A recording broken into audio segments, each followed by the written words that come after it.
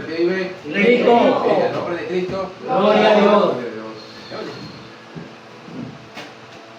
Ayúdalo acá.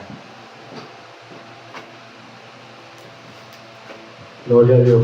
Gracias. Si Él vive, nosotros también vivimos. Sean todos bienvenidos a la casa de oración en este domingo, día del Señor. El día en el que nuestro Señor Jesucristo resucitó. ¿Podemos verlo dónde? La pila. La pila. Ok. A ver. El día en que nuestro Señor resucitó, y por eso el domingo, que es el primer día de la semana, es el día del Señor y el comienzo de una nueva creación. De hecho, si usted revisa el calendario nuestro, el domingo es el primer día de la semana, pero se toma como fin de semana. Pero lo que quiere decir cuando Jesucristo, nuestro Señor resucitó, es que así como Dios, cuando el primer día creó los cielos y la tierra, así también comienza una nueva creación para su pueblo y para la tierra también, que en esperanza espera ser redimido. Bien, vamos a comenzar una serie de enseñanzas relacionadas con la que es la teología reformada. Vamos a comenzar a... Sí. Murió la pila. Bueno, esperemos que salga bien el audio acá. Vamos a comenzar una serie que se va a titular Las doctrinas de la gracia, una introducción a la teología reformada. Eso es lo que vamos a ver el día de hoy. Lo invito a buscar en el primer libro de Crónicas.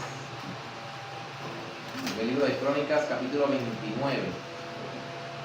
Vamos a leer una lectura allí, no vamos a profundizar mucho en ello, pero sí va a tomar ciertos principios que están en esos pasajes que vamos a leer. Primer libro de Crónicas, capítulo 29, versículo 10 al 14.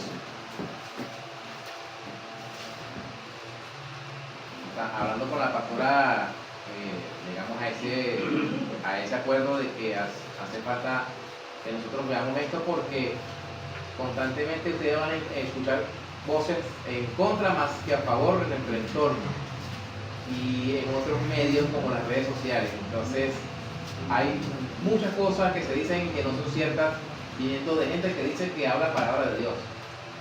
Entonces vamos a ir desmontando todas esas cosas y vamos a comprobar con las escrituras que es verdad y que es mentira, que son mitos, que son realidades. Entonces esta serie nos va a tomar, yo creo que en mi persona respecta lo que queda de año. O sea, no tengo apuro en terminarla en un mes. Ustedes saben mi horario de trabajo, hay domingos que no puedo estar. Así que bueno, no hay apuro por aprender lo que necesitamos aprender, siempre que lo aprendamos como debe ser. O sea, el aprendizaje que es bueno no es el que se aprende rápido, sino como se debe aprender. Dicen por ahí que lo que se aprende bien no se olvida, ¿no? Entonces dice la Biblia en el primer libro de Crónicas, capítulo 29, versículos 10 al 14, en el nombre del Padre, del Hijo y del Espíritu Santo. Amén. Amén. Asimismo se alegró mucho el rey David y bendijo a Jehová delante de toda la congregación. Y dijo David: bendito seas tú, oh Jehová, Dios de Israel, nuestro Padre, desde el siglo y hasta el siglo. Tuya es, oh Jehová, la magnificencia y el poder, la gloria, la victoria y el honor, porque todas las cosas que están en los cielos y en la tierra son tuyas. Tuyo, oh Jehová, es el reino, y tú eres excelso sobre todos. Las riquezas y la gloria proceden de ti, y tú dominas sobre todo. En tu mano está la fuerza y el poder, y en tu mano el hacer grande y el dar poder a todos. Ahora pues, Dios nuestro, nosotros alabamos y loamos tu glorioso nombre. Porque, ¿quién soy yo y quién es mi pueblo para que pudiésemos ofrecer voluntariamente cosas semejantes? Pues todo es tuyo, y de lo recibido de tu mano te damos. Amén.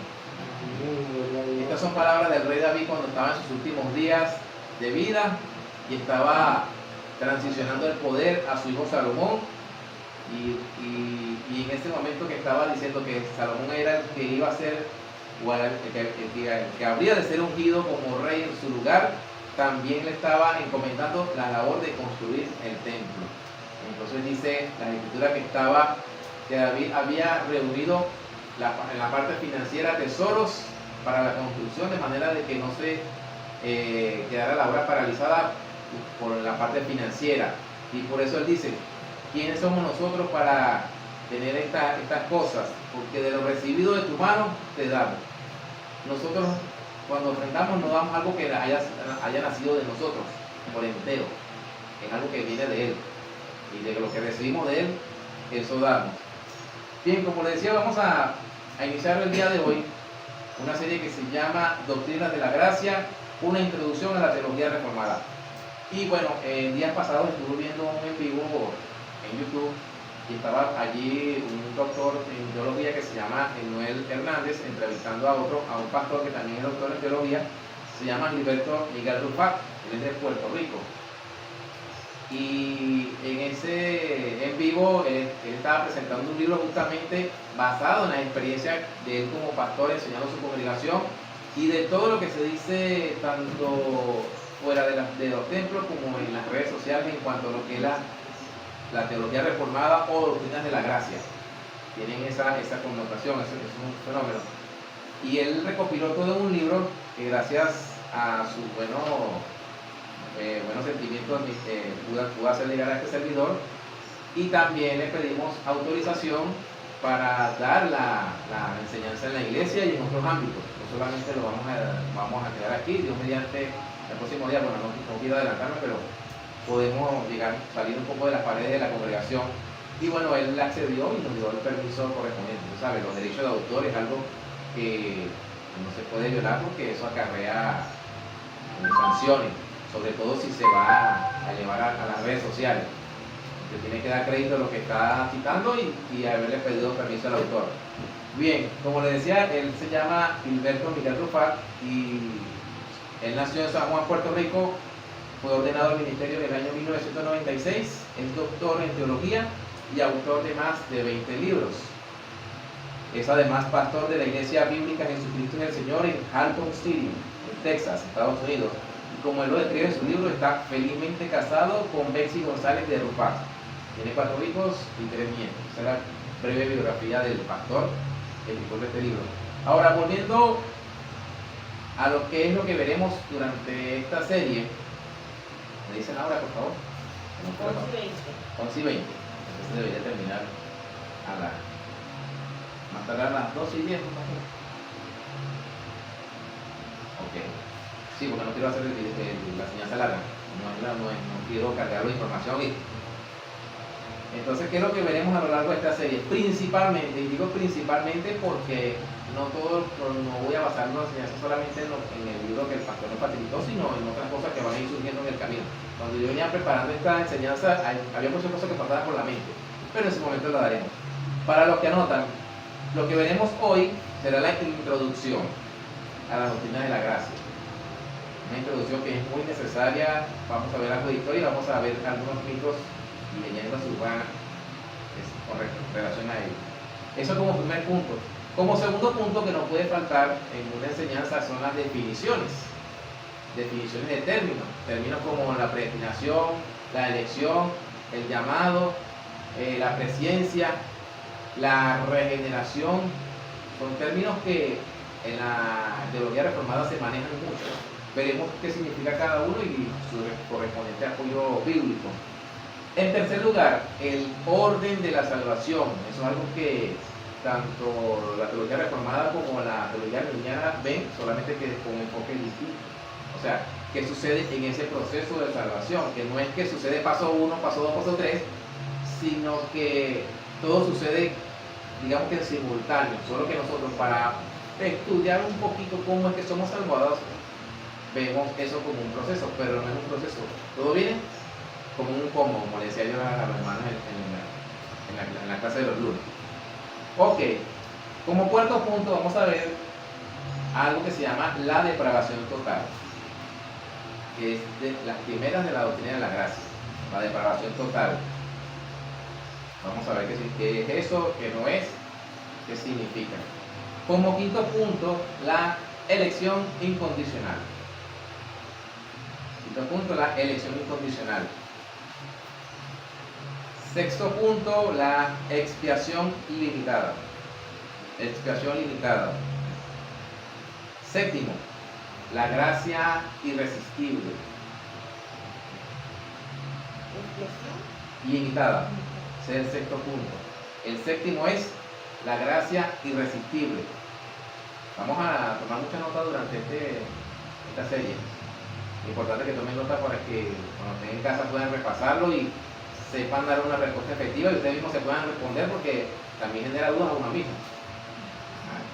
Se genera dudas a algunas cosas. El enemigo siempre quiere hacerlo mover a uno de donde está de pie, pero gracias al Señor, como dice el texto que le dio la mano en 1 Corintios 15:57, que nos da la victoria por medio del Señor Jesucristo. Octavo punto, la perseverancia de los santos. Octavo punto, la perseverancia de los santos. Noveno, la armonía doctrinal. ¿Cómo armonizamos todo eso de acuerdo a las Escrituras? Noveno punto, la armonía doctrinal. Como décimo punto, y aquí termina el libro del pastor, vamos a ver algo que se llama los padres de la iglesia. ¿Qué dijeron los padres de la iglesia con relación a la doctrina de la gracia?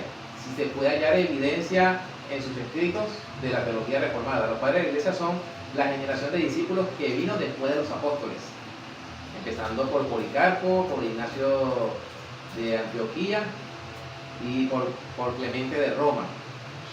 Ellos tres tuvieron contacto directo con los apóstoles y ellos fueron la generación que les siguió a ellos, y los cristianos siguientes hasta el siglo IV, V más o menos. Vamos a ver qué dijeron ellos en su pensamiento brevemente.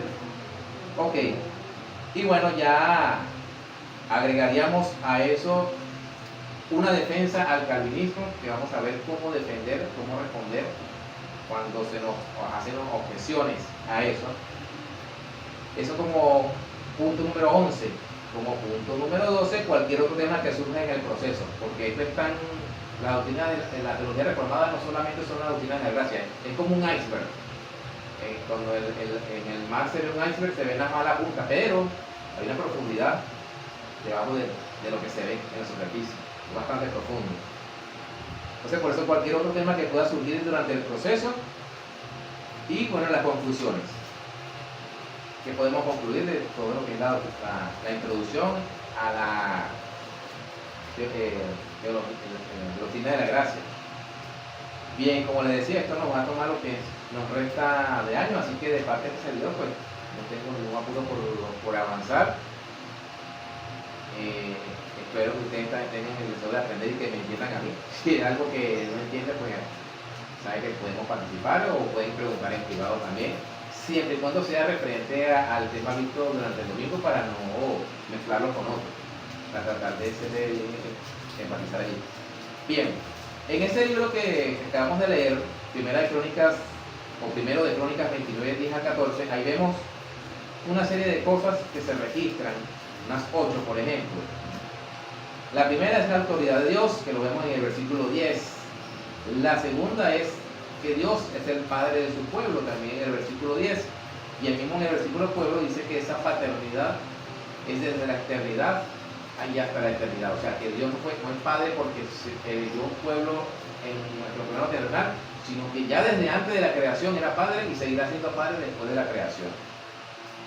Como cuarto punto vemos que de Dios son la grandeza, el poder, la gloria, la victoria, la majestad, todo lo que hay en los cielos y en la tierra, el dominio, importante eso, hoy en día que se habla tanto de que Satanás anda suelto, sabemos que él hace de la suya, pero sin embargo el príncipe de paz lo ha limitado en su accionar, y él no hace más allá de lo que quiere hacer, sino de lo que Dios le permite. Sin embargo, bueno, lamentablemente se ha distorsionado tanto eso que algunos incluso llegan a darle más poder al diablo que a Dios. Hay que tener cuidado con eso.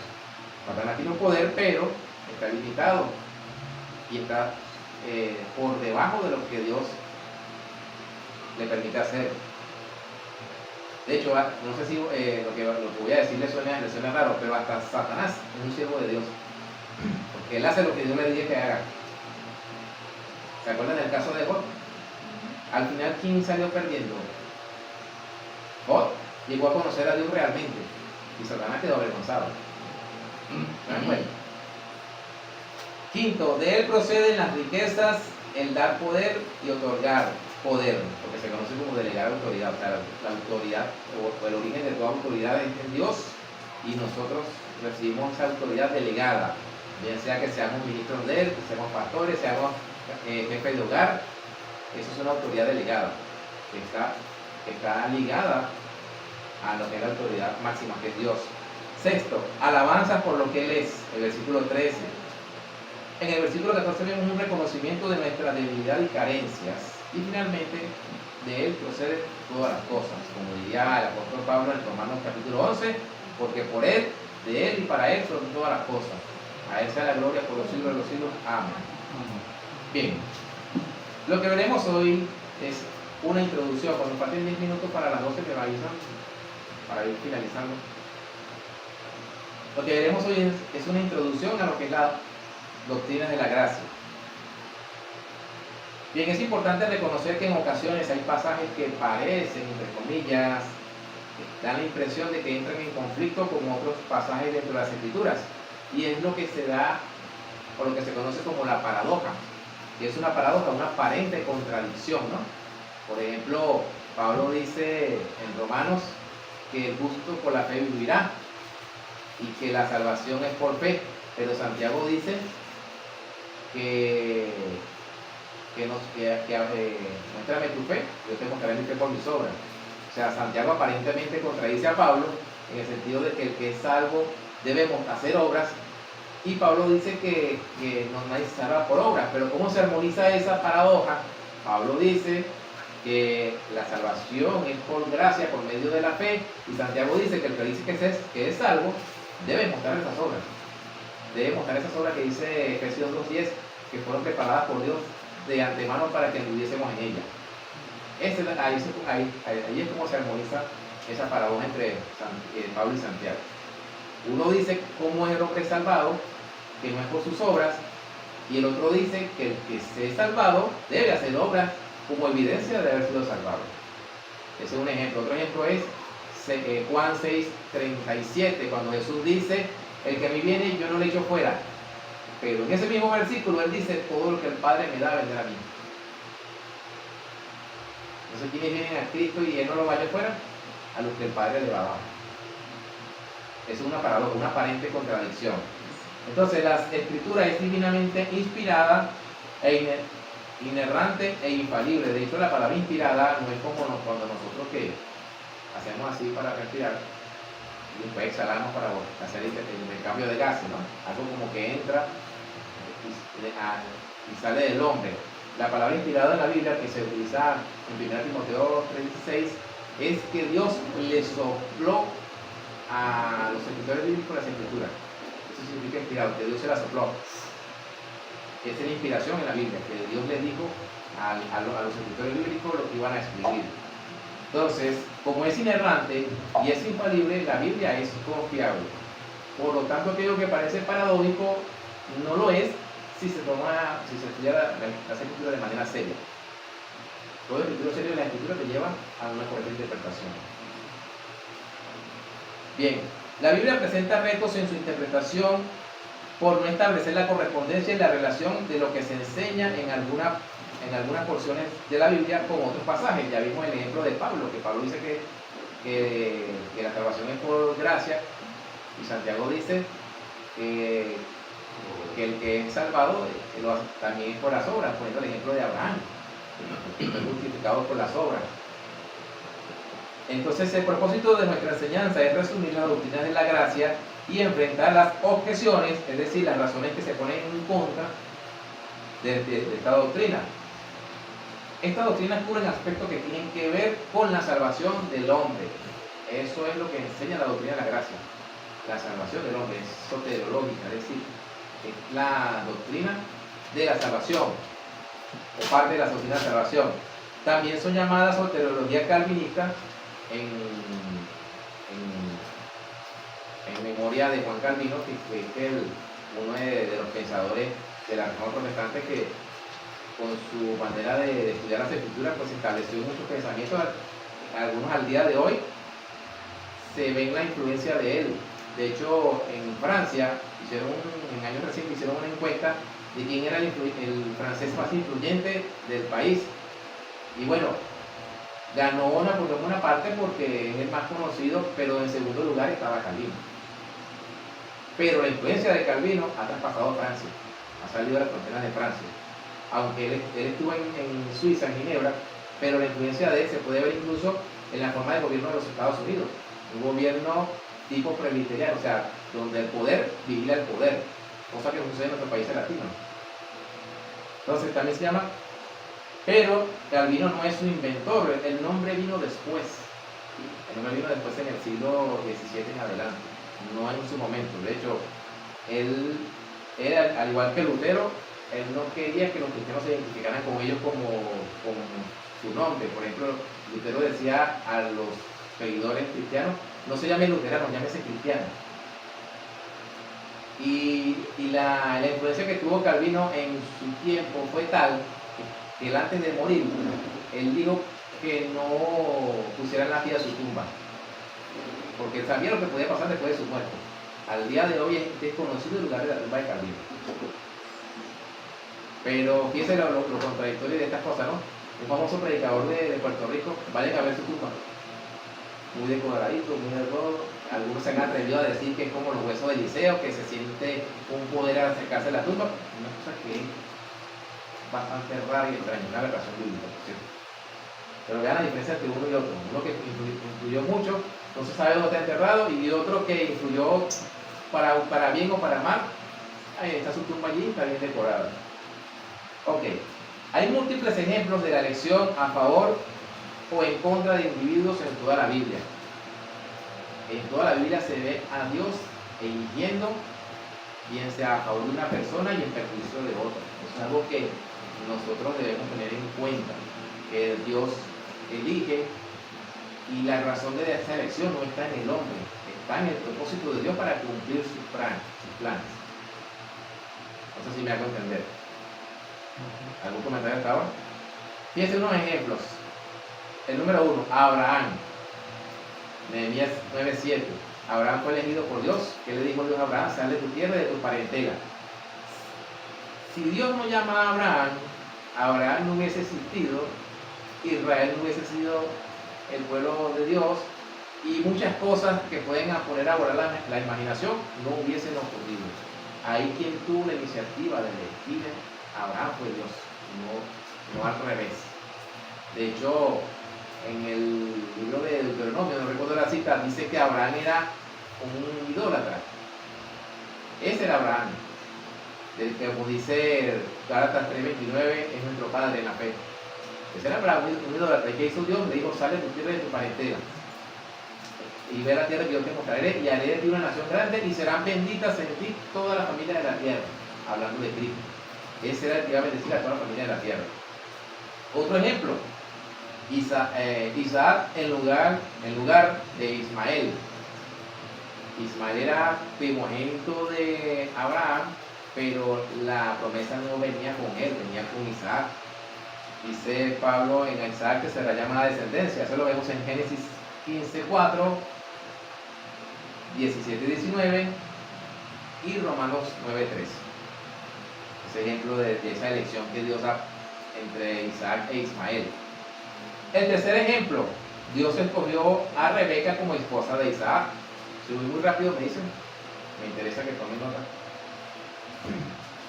Tercer ejemplo, escogió a Rebeca como esposa de Isaac. Eso está en Génesis 24:14 y versículo 44. Este que es muy citado por nosotros los reformados. A Jacob amé, mas a Esaú aborrecí.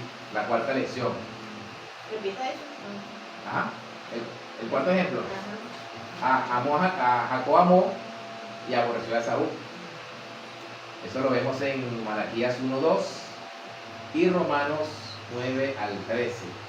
De hecho, cuando dice el libro de Génesis que cuando Rebeca estaba embarazada se le dijo, 2 naciones hay en ti. y uno dominará al otro. El mayor servirá al menor. El mayor era Esaú, y según la tradición de los hombres, él debía heredar las promesas que se le fueron dadas a Abraham. Pero ¿qué dijo Dios? El mayor servirá al menor. Entonces dice en Malaquías 1:2 y Romanos 9:13, a Jacob amé, a Esaú aborrecí. Fíjese que no hay nada en la vida de Jacob que haya hecho méritos para que Dios lo eligiera a él. Vuelvo y repito, la elección de Dios no está basada en el mérito, sino en los planes que él ha prefijado desde la eternidad. ¿Cómo fue la vida de Jacob aún después que recibió la primogenitura? Primero, regatea con Dios. De todo lo que me dieres, el mismo apartaré para ti. O sea, si me das, yo te doy. Al contrario de David, que dijo, de lo recibido de tu mano, te damos. Y después, cuando está en la tierra de su tío Labán, hizo la mil una trampa para quedarse con una buena parte de las cabras, de las ovejas, un hombre allí. Y luego, cuando va a partir de la tierra, que se va a regresar a su casa, a la tierra de sus padres, pelea con el ángel y le dice, si no me bendices no te vas. Pero con el ángel no, con un cielo. Es cosa que todavía tengo en la mente corta. Pero dice la Biblia que fue con un varón. Ahí vemos a un hombre que todavía está regateando con Dios. Cuando le engañó a su hermano para que le vendiera la primogenitura y engañó a su padre Isaac, ahí vemos un hombre que, si ustedes lo analizan, su vida para nada debería ser escondido con Dios, diría uno humanamente hablando. Pero Dios no fue él. A tal punto de que cuando Labán lo persiguió para hacerle frente, Dios se le aparece en sueño y le dice, cuídate de no hablarle descomedidamente. Entorpeciendo lo que Labán quería hacer contra Jacob. No hacía el contrario a Esaú. Esaú fue de mal en peor. Tanto sí que su descendencia, que fue Edom, desapareció. A tal punto que los críticos de la Escritura decían que la Biblia se equivocaba al mencionar un pueblo llamado Edom porque no existía vestigio de él. Pero recientemente, en año, creo que fue en la década pasada, se descubrió vestigio de la descendencia de Saúl, los edomitas, que eran pueblos que vivían en cavernas. Entonces, sí hay, pero fíjense cómo desapareció la descendencia de Saúl y la de Jacob, que ha pasado por las mil y una cosas que ustedes pueden imaginar en la historia, todavía está allí. A Jacob amé, a Esaú aborrecí. Y lo extraño no es que Dios haya aborrecido a Esaú, lo extraño era que haya amado a Jacob. Eso es extraño. Eso es extraño. El quinto ejemplo, de los hijos de Jacob, que tuvo 12, Dios escogió a Judá para que de ahí viniera el Mesías. Génesis 49:10. Fíjense cómo se dan ejemplos de la elección de Dios en las Escrituras. Y nada tiene que ver la actitud o lo que el hombre haga o vaya a hacer. Bien, a pesar de todos estos ejemplos, algunos hablan en contra de la doctrina de la elección, que es la que Pablo menciona en Romanos 9:14-18. A pesar de todos estos ejemplos de que vemos que Dios elige al hombre sin importar lo que haya hecho, muchos objetan la doctrina de la elección de Dios. Cuidado con eso. Porque Pablo dice allí mismo en Romanos 10, le dirá el vaso al alfarero, ¿por qué me haces así? ¿O no tiene el alfarero de hacer de la misma masa un vaso para honra y otro para deshonra? Nosotros estamos acá en este lugar, hemos sido salvados por nuestro Señor Jesucristo, pero nosotros somos igual que los que están ahí afuera. Fuimos hechos de la misma masa. Lo mismo, la diferencia está que tuvo misericordia de nosotros y nos llamó de las tinieblas a su luz admirable. Pero así como estamos aquí, podríamos estar allá afuera. Eso nos enseña a nosotros humildad y a reconocer de que verdaderamente Dios tiene misericordia de quien quiere tener misericordia. Y eso es algo que nos enseña la doctrina de la gracia. Que no es algo que Dios haya visto en nosotros, sino que a Él le plació escogernos. Eso nos enseña humildad. Y de hecho, 1 Corintios 1 del 27 en adelante, dice que lo débil, lo vil, lo despreciado escogió Dios, y lo que no hay para deshacer lo que es, a fin de que nadie se jacte en su presencia. Y no podemos jactarnos de haber sido salvados. Todo viene de Dios. Todo viene de todo, procede de Él. Bien, La doctrina de la gracia o calvinismo no representan toda la teología reformada, el ejemplo que le di del iceberg, solamente se ve la parte de arriba, pero es muy profundo, hay muchas cosas por ahí todavía. Ahora, la doctrina de la gracia, si no me equivoco, al principio del siglo XX, alguien la sistematizó en algo que se llama acróstico. Un acróstico es una composición poética cuyas letras iniciales asociadas son leídas de manera vertical, no de manera lineal, horizontal, sino de manera vertical. Y entonces cada palabra o frase forma la correspondiente acróstico, es decir, nosotros ponemos la palabra por decir amor, póngale una palabra, escríbala hacia abajo, dando un ejemplo. En el caso de la teología reformada se utiliza la palabra inglesa tulip, así como tulipán en español, tulip. Entonces, viéndola desde arriba, estaría la T, la U, la L, la I y la P, en ese orden, así, en forma vertical. ¿Qué dice la letra T? En inglés, porque esto es un vocabulario en inglés, dice total depravity o depravación total en español. No se preocupen tanto de cómo se escribe en inglés, sino qué es lo que quiere decir en español. La T sería total depravación o en español depravación total. La U en inglés es un conditional election o elección incondicional. Es la segunda letra del tulip. La letra L, limited atonement o expiación limitada. Sería la letra L. La letra I en inglés es irresistible grace o la gracia irresistible. Y finalmente la P, perseverance of the saints o perseverancia de los santos. Cuando escuchen el tulip, que está asociado a la doctrina de la gracia, y es como se le conoce. De hecho, hay algunas frases, palabras que en nuestro día a día o en nuestro tiempo sonarían como que demasiado fuertes. Por ejemplo, la depravación total. Algunos pensarían que el hombre es depravado, pero eso significa que a raíz de la caída todos los aspectos del hombre han sido afectados. Todo el ser del hombre ha sido afectado. Y el maestro R.C. Sproul, él da una alternativa para que no suene tan fuerte. Eso lo veremos en su momento cuando veamos cada una de ellas. Por ejemplo, en la teoría en la depravación total, él propone la idea corrupción radical, que sonaría menos fuerte que depravación total. Y en nuestro tiempo, uno que conoce, en nuestro contexto, asociaríamos más la palabra corrupción a los efectos del pecado que decir depravación total. Entonces eso lo veremos más adelante. Ok. ¿Preguntas hasta acá? ¿Comentarios?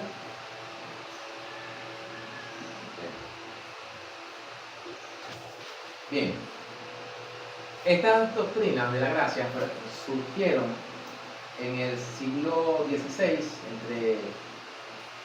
ya que en Holanda, a finales del siglo XVI, había un profesor de teología llamado Jacobo Arminio, que es un nombre que van a escuchar mucho.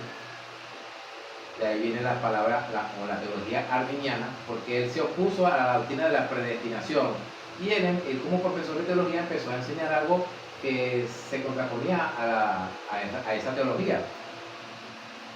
Entonces, eso causó tanto problema que finalmente en el año 1618 a 1619 se reunieron lo que se llamó el Sínodo de Dordrecht, en la ciudad de Dordrecht, en Holanda.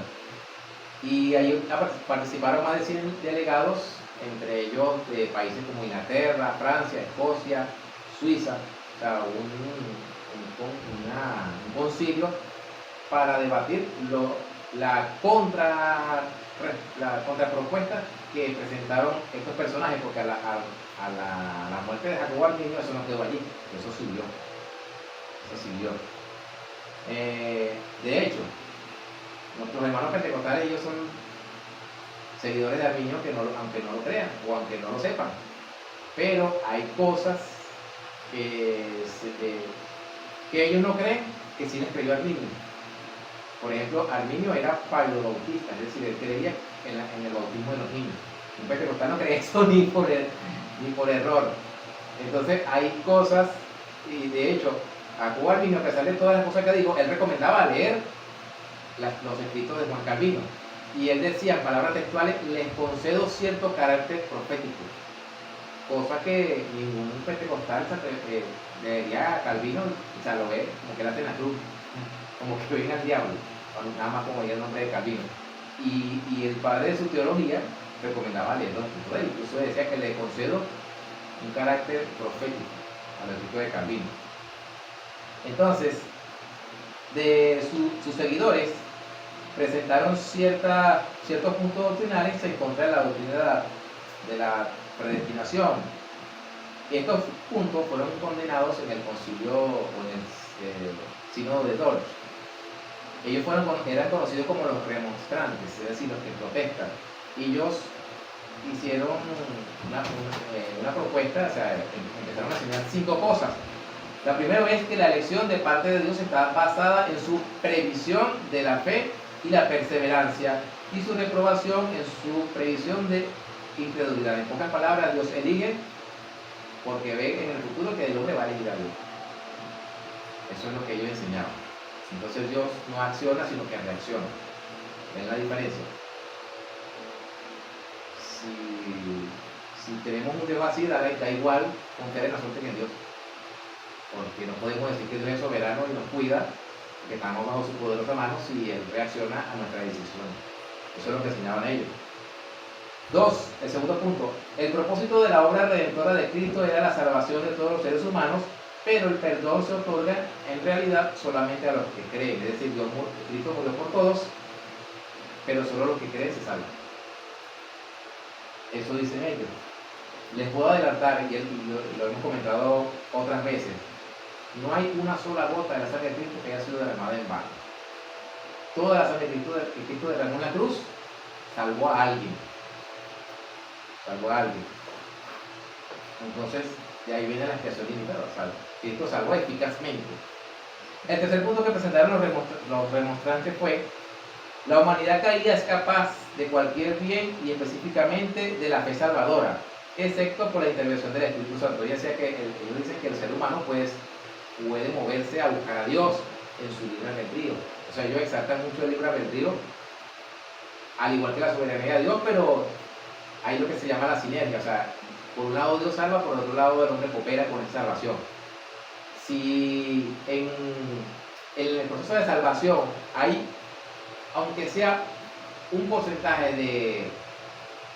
de colaboración del hombre, la salvación no es por gracia, ya viene siendo por obras. Entonces ahí donde Cristo le dijo a los discípulos: guardados las levaduras de los fariseos, en una masa leudada, en una masa pura.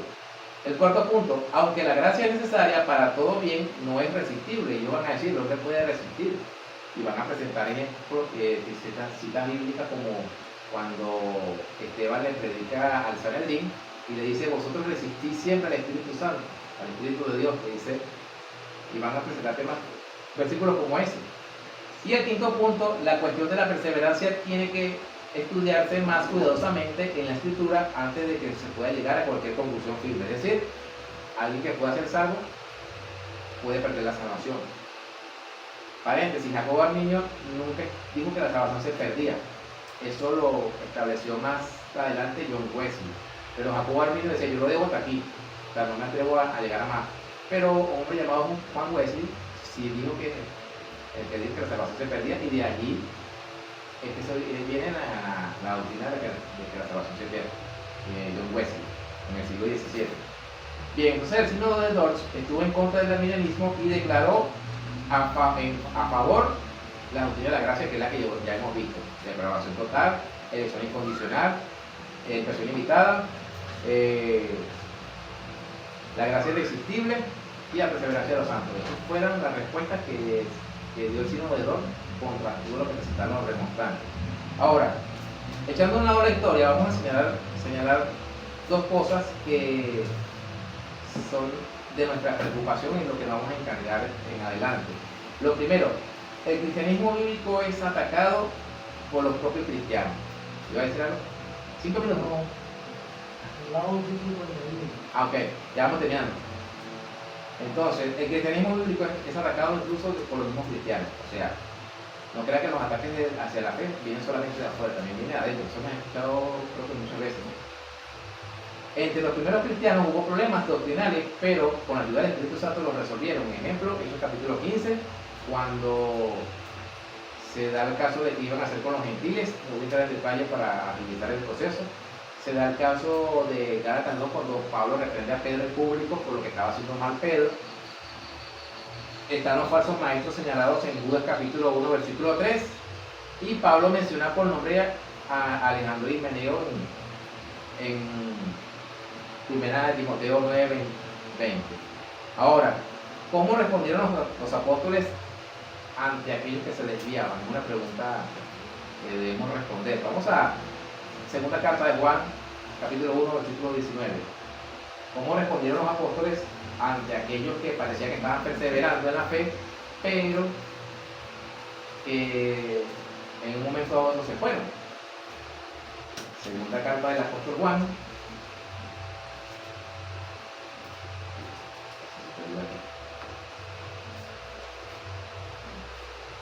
Tengo un marcadito aquí justamente. Segunda carta de Juan, capítulo 1, ¿no les dije? Sí, 1, 9 al 11. 1, 9,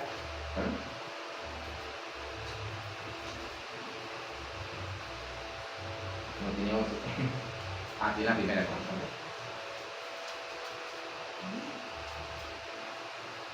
Dice el 9. Cualquiera que se extravía y no persevera en la doctrina de Cristo no tiene a Dios. El que persevera en la doctrina de Cristo, ese sí tiene al Padre y al Hijo. Si alguno viene a vosotros y no trae esta doctrina, no le recibáis en casa ni le digáis bienvenido, porque el que dice bienvenido participa de sus malas obras. ¿Qué dice el apóstol Juan aquí? Que cualquiera que se extravíe y no persevera en la doctrina de Cristo simplemente no tiene a Dios. Eso es algo que debemos tener en cuenta, o sea, cuando vemos el caso de alguien que pareciera que está perseverando y de repente de la noche a la mañana se va y está peor que antes de conocer a Cristo. El apóstol Juan nos acaba de decir que no tuvo a Cristo nunca, porque el que tiene a Cristo persevera. La palabra del apóstol Juan, lo dijo Calvino, el que tiene a Cristo persevera. Segundo, algunos apologistas cristianos, y esto se ve mucho en las redes sociales, lo van a ver en video, ellos se atreven a decir que la doctrina de la gracia es un invento de Juan Calvino, que no existen en las escrituras porciones concretas para sustentarlas, y que los que creen la doctrina de la gracia, y esto lo he escuchado muchas veces, dicen que los que creen la teología reformada y la doctrina de la gracia en sí es porque han escuchado a un predicador, han visto un video de un predicador o han leído un libro de un escritor reformado. Ellos dicen que nadie puede llegar a la doctrina de la gracia leyendo solamente la Biblia, cosa que es totalmente falso. Lo vamos a comprobar con versículos de la Escritura, de que uno puede leer la Biblia quitándose cualquier prejuicio teológico. Uno puede ver cómo Dios elige a una persona para cumplir su propósito y puede ver cómo elige a otra persona por encima de la otra, incluso perjudicándola. Eso se ve por toda la Escritura. O sea, uno leyendo la Biblia, quitándose cualquier prejuicio, cualquier influencia externa, no puede llegar a la doctrina de la gracia. De hecho, hay gente que ha leído la Biblia de esa manera y cuando se le presenta la doctrina de la gracia dije, pero esto yo lo creía. Así como nuestros hermanos de la Cera del Frente enseñan la Biblia con su visión, con sus lentes y la imponen,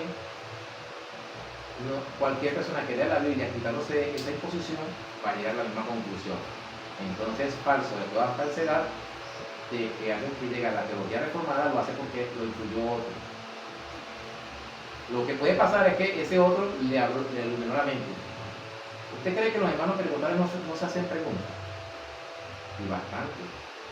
Lo que pasa es que hay un miedo y un temor de alzar la mano, alzar la voz y decir, oye, eso no dice la Biblia. La Biblia nos da esa posibilidad, sí. Primera de Corintios 14, 29. los profetas hablen 2 o 3 y los demás juzguen. Esta palabra juzgar significa discernir, tiene muchos significados y uno de ellos es dudar. Esta palabra que me da Corintios 14, 29, los profetas hablan 2 o 3 y los demás juzguen. Pero se les ha impuesto tanto el evangelio que incluso les da miedo contradecir lo que ellos han aprendido. Les da miedo. O sea, porque yo estuve allí, yo sé cómo es. O sea, modestia aparte, ¿no? Yo estaba en la iglesia donde a ti te daría hasta miedo salir a la calle en shorts por la imposición que se da allí y muchas otras cosas más. No vamos a entrar en detalle. Entonces es falso de toda falsedad, redundando de que nadie llega a la doctrina de la gracia solamente leyendo la Biblia. Y para aquellos que hablan en contra de la teología reformada de las mil y una cosas que usted se puede imaginar, hay que recordarles las palabras de nuestro Señor Jesucristo en Mateo 12:36. De toda palabra ociosa daremos cuenta en el día del juicio. De toda palabra ociosa. Hay mucha gente que habla en contra de la teología reformada, bien sea por ignorancia o porque simplemente no quieren perder poder sobre otras personas. No quieren perder esa influencia. Una de las razones por las que muchos pastores pentecostales hablan en contra de la teología de la doctrina de la gracia es porque no quieren perder miembros, no quieren que se vaya su congregación o no quieren que les cause problemas en su congregación. Esta palabra ocioso significa activo, desempleado, ocioso, inútil. Todas palabras inútiles, vamos a dar cuenta, y ellos más, porque son gente que dicen que la salvación se pierde, pero miente descaradamente. Y yo me pregunto, ¿será que la mentira no es un pecado que te haga perder la salvación? La mentira es tan grave que está entre los 10 mandamientos. Y esa gente dice cualquier tontería de la teología de la gracia o de la doctrina de la gracia, y son mentiras. Cuando usted analiza los textos que ellos exponen, están mal interpretados. Y nunca van a la fuente original, siempre lo hacen en base a lo que otro le digo. Si yo quiero saber si algo es verdad o mentira, yo me voy a la fuente. Yo no puedo decir que toda el agua del Guaire es sucia cuando yo no he ido a donde nace. Eso hay que tenerlo en cuenta. O sea, puede que todo el recorrido del agua del Guaire esté sucia, pero si yo no me voy a la fuente, yo no puedo concluir de que toda el agua del Guaire es sucia. Eso mismo pasa cuando alguien dice algo de la doctrina de la gracia. No van a la fuente, siempre se basan en lo que otros dicen, que muchas veces eso que dicen es mentira. Así es muy sencillo. En conclusión, es posible llegar a la doctrina de la gracia leyendo las escrituras sin prejuicio de algún tipo. Eso por ahí concluyendo. Entonces, para la próxima clase vamos, yo mediante el próximo domingo, no sé si poner algo diferente. Ok. Vamos a ver lo que es el segundo punto, que son las definiciones de términos, que es muy importante para conocer la teología de la reformada. Vamos a ver términos como presciencia, predestinación, elección, llamamiento, regeneración, conversión, justificación, adopción, santificación. Y es término, ¿tá? Vamos a explicar por lo menos 5, para no hacerlo tan lleno, para hacerlo llevadero, para que me puedan entender a mí y ustedes puedan entender. Bien, si no hay algo que quiera decir, hermano, dije. Bueno, yo puedo entender una parte con las últimas palabras que dijo, que primero que estamos ya vemos más claro, ya vemos más claro, y a los pentecostales es como si tuvieran esa cortina, pues, o sea, esa cortina pueden ver pero no ven claro, algo así, ¿me entienden? Ya por lo menos nosotros nos quitamos esa cortina, ahora no hay nada, estamos viendo la claridad en claridad, por esa parte. Y por la otra, que Dios tiene el control, como lo mencionó sobre el Guaire, ¿me entiendes? Es algo que tiene que pasar por esas cosas, porque es permitido, todo es permitido por Dios, todo. Permite que tú pases por eso porque sabe que más adelante, a través de esa persona pasar por ahí, es apuntar esa misericordia hacia esa persona, más hacia adelante se va a estirar esa misericordia, no solo con él, sino con la generación que viene. Un poco puedo entender eso. Bueno, palabra de cierre, recordemos que es de Dios, de Él, por Él, para Él son todas las cosas, y de que si somos salvos ha sido por su gracia y su misericordia, nada más. No es nada que haya visto Dios en nosotros, porque nosotros lo único que Dios fue pecado. Y aún así, por su misericordia y por su gracia nos ha salvado. Bueno, Dios les bendiga, Dios les guarde, y como dice este servidor, solo Cristo, solo por fe, solo por gracia, solo la Escritura, solo a Dios la gloria. Amén. Bueno,